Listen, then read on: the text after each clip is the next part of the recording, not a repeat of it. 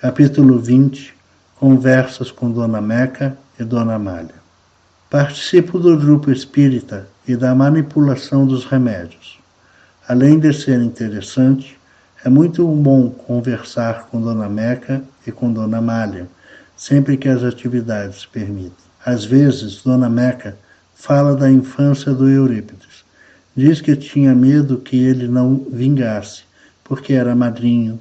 Conta como ele cuidava dela em suas crises e nunca saía de perto até que melhorasse.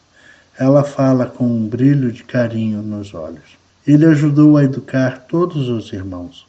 Para Eurípides, tinha que se cortar o mal pela raiz ao lidar com as imperfeições, sem desculpismo ou acomodação. Entendia o limite de todos, mas queria o máximo de cada um. Dona Meca fala sempre com muita franqueza. Não tem essa de voz melosa e gestos artificiais, nada de falsa aparência de elevação. Sua energia e disposição de fazer tudo certo contagiam. Quando se aborrece, é palavrão na certa. Aliás, nem ela, nem Eurípides é de meias palavras e falsa santidade. Muito falso beato se assusta com a conduta dos dois. É engraçado ver essa situação. Com eles, falsidade não tem espaço. Na farmácia, minha companhia preferida é Dona Amália. Ela se tornou a auxiliar mais constante de Eurípides e sempre nos conta histórias fascinantes. O professor não se incomoda, não tem essa de falsa modéstia. Quer que todos os seus alunos aprendam a fazer o que ele faz em relação à mediunidade e à conduta moral. Tentaram matá-lo por 2 vezes, diz Dona Amália e continua. O portão da casa do professor fica aberto à noite para que as pessoas possam entrar e ir direto ao quarto dele sempre que precisem. Um dia, veio um homem, entrou e bateu em sua porta. Ele levantou e foi abrir. Ao colocar a mão na maçaneta, apareceu Bezerra e disse: "Não abre, Eurípides. Este homem veio te matar. Vai deitar-se. Nós cuidaremos disso." Ele se deitou. O homem, por algum motivo, foi embora. "E a segunda vez, como foi?" pergunto. "Ele recebeu um pedido de ajuda de madrugada. Era um parto. Mandou a pessoa ir com o remédio. Arrumou-se e saiu. Ao cruzar a praça, viu 2 homens na esquina. Bezerra apareceu e disse: "Eurípides, são 2 pistoleiros. Esperam para matá-lo. Não tema." Eurípides continuou na direção dos homens. Aproximou-se deles e disse: "Boa noite, em nome de Deus." Eles responderam e nada fizeram. Eurípides passou. Que impressionante. Mas o professor não dorme mais? Como é o horário dele? Pergunto muito curioso. Dona Amália sorri e diz: "É assim.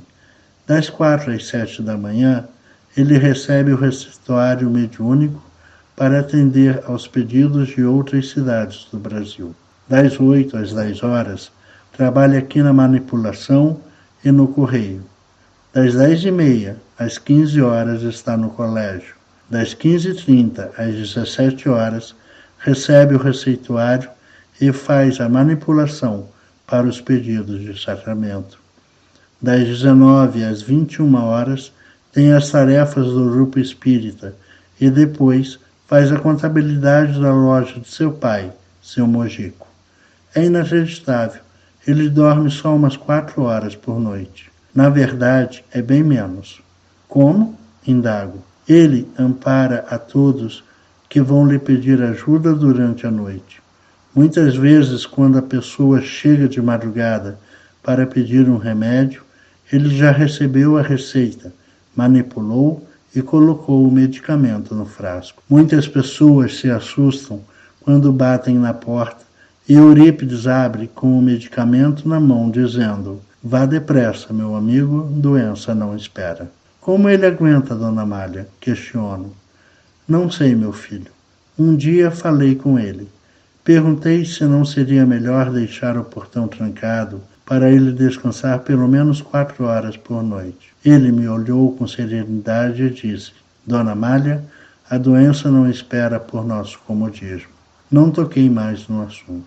Ele ama os sofredores e quer que vocês, seus discípulos, aprendam a sagrada lição de servir sem exigência. Você sabe, ele só acredita em ensino prático e com exemplificação. Tenho visto muito espírito desencarnado que não aguenta o ritmo dele. Rimos e fomos trabalhar. Estamos trabalhando na farmácia. Eurípides se levanta com um frasco na mão e abre a porta. Estava ali o seu Mauro, prestes a bater. O professor olha-o, entrega o frasco e diz: Senhor Mauro, desta vez, entregue o remédio para sua esposa, senão eu não garanto o que pode acontecer. O homem sai mais branco do que alma. Dona Amália pergunta a Eurípides o que tinha acontecido e ele nos conta. Na semana passada, o senhor Mauro veio aqui pedir um remédio para a esposa, que estava muito doente, mas parou no bar. Embebedou-se e voltou para casa. No caminho, pegou água barrenta do rio, entregou para a esposa e disse que era o nosso remédio. Ajudamos, mesmo assim, mas que ele não repita a façanha. Rimos gostosamente. Depois confirmei a história que ficou conhecida por toda a cidade. Só não sei se a mulher dele soube. Mais 2 histórias, queridos amigos, vale a pena contar. Em 1917, Eurípides sofre uma terrível perseguição. É processado por exercício ilegal da medicina. Todos ficam muito abalados, com exceção dele e de Dona Meg. Ela diz que, se a providência divina tiver reservado a cadeia para seu filho, que se cumpra os desígnios de Deus. A situação é dramática. Um processo feito por pessoas poderosas que não se conformam com o exemplo de amor e abnegação de Eurípides, que ajuda a todos sem nada em troca. Para ele, saúde e educação não deveriam ser apenas fontes de lucro, mas sim meios de evolução dos que fornecem e a recebem. Não era contra a remuneração dos que trabalham nessa área, mas essa deveria ser justa e ninguém deveria ser excluído por não ter dinheiro. Isso incomodava muitos. Houve enorme movimentação. Alunos corajosos escrevem artigos nos jornais, advogados o defendem. Não deixou de ser uma expressão do poder da luz, mostrando o poder de ação dos que têm amor à verdade e coragem de agir. É preciso dizer que, mesmo nos dias mais sofridos, Eurípides nunca interrompeu suas atividades. Nesses dias dramáticos, observamos uma cena inesquecível descrita por Eurípides. Durante o receituário, ele começa a chorar e diz: Como sou pequenino, como sou indigno. Não mereço tanto carinho dos espíritos. Como são dedicados. Sinto-me envergonhado diante de tantos benefícios que não mereço. Ele descreve uma cena de extrema beleza espiritual. Lá está Ismael, no ponto mais alto do Colégio Allan Kardec. O valoroso soldado do Cristo desembanha uma espada de luz e diz: Nada temas, Eurípides. Daqui serei o sustentáculo. Agora é Bezerra de Menezes, que reafirma sua posição junto de nossas humildes tarefas socorristas, afirmando: daqui serei eu. Eurípides prossegue chorando, desde o colégio até o prédio da cadeia pública. Passando à nossa frente, vemos letreiros luminosos que formam um conjunto luminoso de indescritível beleza. As letras, com 1 metro quadrado, são expressões carinhosas que dizem: Viva Eurípides! Viva Eurípides! Eu chorei. Não preciso dizer.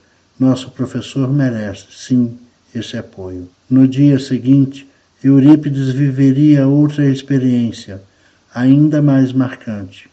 Essa nos contou Dona Amália. No início da manhã, Eurípides chega à secretaria da farmácia, cambaleante e trêmulo.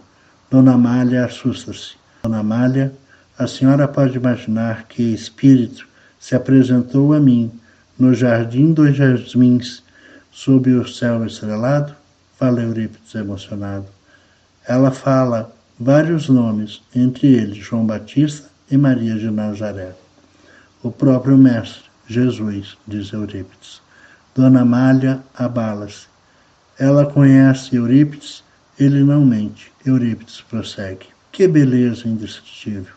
Debaixo dos jasmins, uma cascata de luz inundava tudo. O mestre pousou os olhos em mim e disse: Meu filho, nada temas.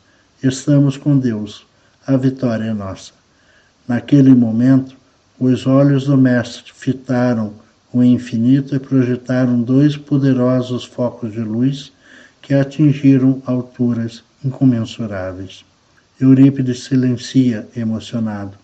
Ao terminar essa história, Dona Amália olha para mim. Eu choro intensamente. Ela continua e diz: pouco tempo depois, estávamos trabalhando normalmente. Para descontrair, finaliza dizendo: observe que nem o demônio da maldade humana, nem Jesus fazem Eurípides perder um minuto de trabalho. Rimos emocionados e voltamos à nossa tarefa.